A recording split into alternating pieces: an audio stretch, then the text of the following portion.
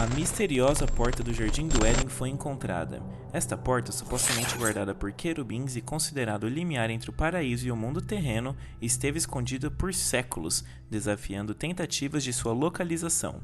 Agora, no meio das ruas e estruturas da cidade antiga, foi descoberto um portal arqueológico que poderia ser o acesso perdido à morada original da humanidade. De acordo com a narrativa bíblica, o Jardim do Éden é onde a história da humanidade começou. No entanto, antes da Bíblia, textos literários e histórias orais estavam repletos de mitos de criação que foram transmitidos de geração em geração, especialmente em civilizações mesopotâmicas como os sumérios, babilônios e acádios no terceiro milênio a.C. e entre o povo de Ugarit e Canaã no segundo milênio a.C.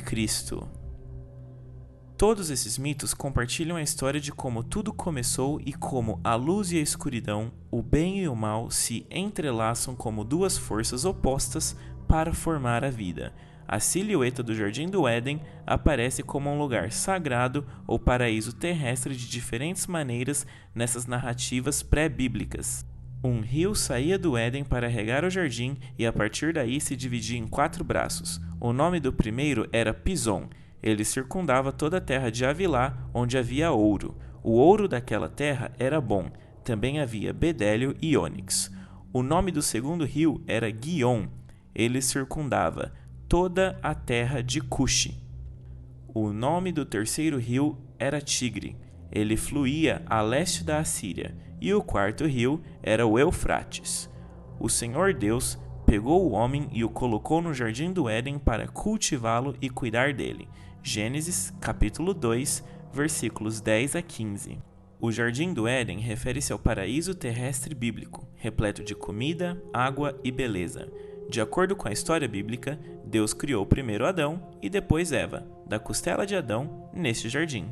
Acredita-se que o jardim esteja localizado a leste do Éden. No centro do jardim havia uma árvore da vida e uma árvore do conhecimento do bem e do mal, sendo que a segunda era proibida para Adão e Eva.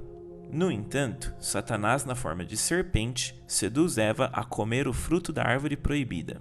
Vocês certamente não morrerão, disse a serpente à mulher, pois Deus sabe que, no dia em que dele comerem, seus olhos se abrirão e vocês serão como Deus, conhecedores do bem e do mal. Gênesis, capítulo 3, versículos 4 e 5. Eva não consegue resistir e come o fruto e também o oferece a Adão. Depois de pecar, Adão e Eva percebem sua nudez e se cobrem com folhas de figueira. Deus sabe que eles comeram da árvore do conhecimento e os expulsa do Jardim do Éden. A verdadeira localização do Éden é objeto de muitas teorias sobre se o Éden realmente existe e, se assim for, onde poderia estar. É uma pergunta que desafia o tempo e requer uma profunda pesquisa sobre a geografia e a cosmografia do Oriente Antigo. Algumas das teorias disponíveis situam o Éden no Irã, Turquia, Mongólia, Jerusalém, América do Sul e até mesmo no condado de Jackson, Missouri. No entanto, é importante notar que existem muitas lacunas em todas essas teorias que são difíceis de preencher. Ainda assim, há muitas referências que poderiam ser investigadas para formar uma base sólida para argumentos. Algumas são linguísticas e outras geográficas, todas elas respaldadas por trabalhos acadêmicos. A pista principal a seguir são as descrições bíblicas dos 4 rios da Mesopotâmia, o Eufrates, o Tigre, o Pison e o Guion. Os pesquisadores construíram suas teorias com base nesses 4 rios. No entanto, enquanto os 2 primeiros são rios bem conhecidos, a localização exata do Pison e do Guion permanece em aberto para discussão. Uma das associações entre Jerusalém e o Jardim do Éden pertence a Stagger, que argumenta que Ezequiel já identificou o Jardim do Éden como o pomar de Deus em Jerusalém. Nesta narrativa mítica, a fonte primordial rega a terra e produz um rio que irriga o jardim e depois se divide nos 4 rios do paraíso, um dos quais é o Guion. Além disso, Stagger destaca a identificação do Jardim do Éden como a casa de Iavé em Jerusalém, para citar o Salmo capítulo 36, versículos 9 a 10. Eles, o povo, se deliciam com a rica comida da tua casa, o templo. Tu, Iavé, lhes dás a beber de abundantes ribeiros, pois contigo está a fonte da vida, em tua luz vemos a luz. Essa é uma das muitas representações do Éden com todos os elementos clássicos, mas como esses elementos são refletidos na Bíblia? Tradicionalmente, no Ocidente, os querubins foram representados como bebês ou anjinhos gorduchos. No entanto, essas são interpretações posteriores de ideias bíblicas mais antigas. Na antiga tradução do Oriente Próximo, os querubins eram criaturas compostas como esfinges que acompanhavam os deuses, atuavam como guardiões dos limites sagrados e frequentemente eram esculpidos em portas e paredes de templos. Os querubins guardavam as portas do Éden, portanto foram eles que impediram que Adão e Eva voltassem ao paraíso após serem expulsos.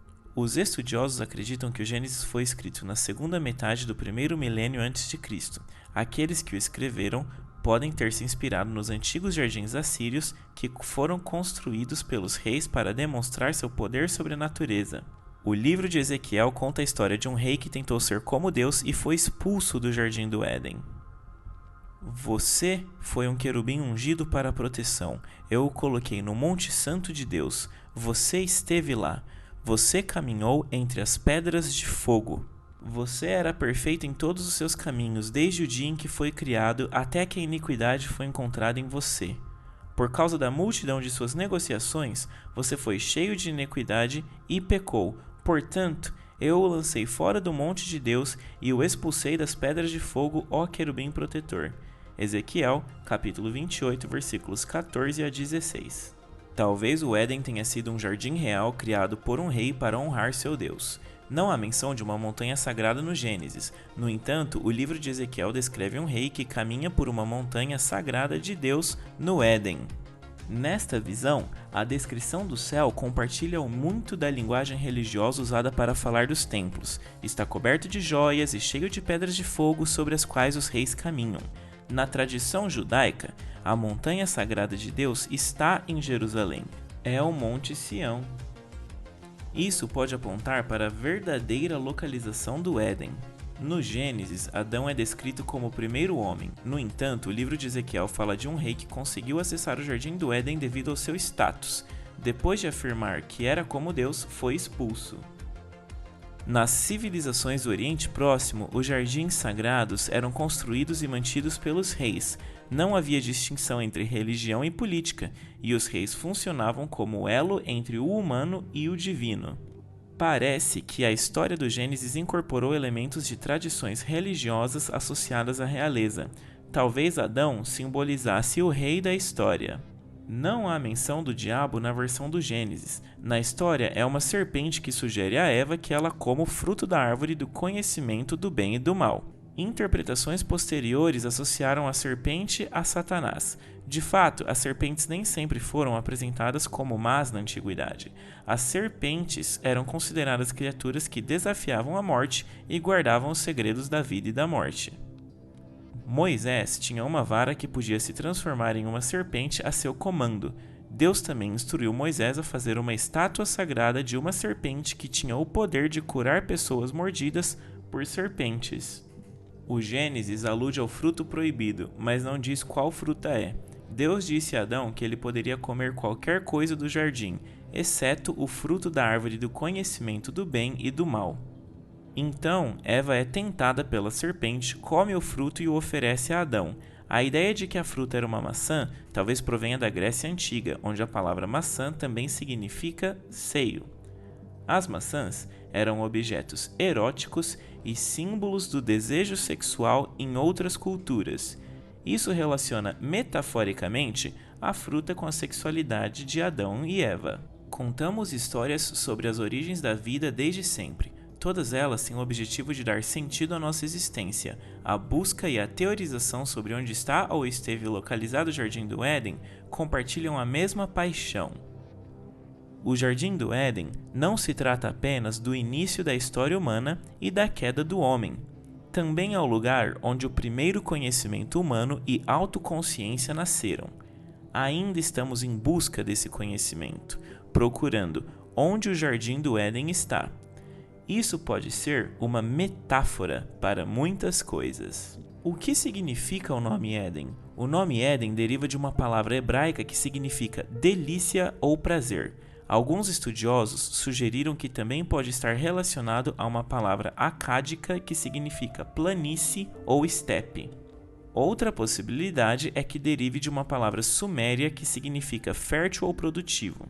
Seja qual for a origem, o nome Éden evoca a ideia de um lugar paradisíaco e abundante. O que aconteceu com a árvore da vida? A árvore da vida era outra árvore especial que estava no jardim do Éden, ao lado da árvore do conhecimento do bem e do mal. Segundo o Gênesis, a árvore da vida concedia a imortalidade a quem comesse do seu fruto. Após expulsar Adão e Eva do jardim, Deus colocou querubins e uma espada flamejante para guardar o caminho até a árvore da vida, para que ninguém pudesse acessá-la. Alguns acreditam que a árvore da vida simboliza a relação entre Deus e os seres humanos e que seu acesso será restaurado no final dos tempos.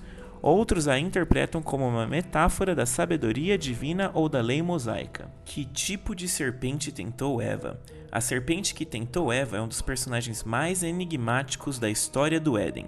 O Gênesis não especifica que tipo de serpente era, nem se tinha alguma característica especial. Algumas tradições judaicas e cristãs a identificam como Satanás, o inimigo de Deus e o príncipe das trevas. Outros a veem como um animal astuto e persuasivo, mas não necessariamente maligno. Algumas representações artísticas dão à serpente traços humanos, como braços, pernas ou rosto. Outras a mostram como uma simples cobra que rasteja pelo chão. Que fruto Adão e Eva comeram? O Gênesis também não revela que fruto Adão e Eva comeram da árvore proibida, apenas diz que era bom para comer e agradável aos olhos. A tradição mais popular identifica o fruto como uma maçã, talvez por sua associação com o amor e a sensualidade em outras culturas. No entanto, há outras possibilidades, como uma romã, uma figueira, um damasco ou até mesmo um cogumelo. O importante não é tanto o tipo de fruto, mas o significado simbólico de seu consumo, a desobediência a Deus e a aquisição do conhecimento moral. Mas onde está o Jardim do Éden hoje? Esta é talvez a pergunta mais difícil de responder. O Jardim do Éden foi procurado por séculos por exploradores, aventureiros e crentes, mas ninguém conseguiu encontrá-lo com certeza. Alguns acreditam que foi destruído pelo dilúvio universal ou por uma outra catástrofe natural. Outros acreditam que ainda existe em algum lugar oculto ou inacessível aos seres humanos. Alguns o situam no Oriente Médio, seguindo as pistas geográficas do Gênesis. Outros o colocam em lugares mais exóticos ou remotos, como África, Ásia ou América. Alguns o interpretam como um estado espiritual ou uma dimensão celestial, mais do que como um lugar físico. E assim encerra-se este texto. Lembre-se de que, se você gosta deste tipo de conteúdo, pode nos ajudar com um like e se inscrever em nosso canal para não perder nenhum dos nossos próximos conteúdos. Até breve!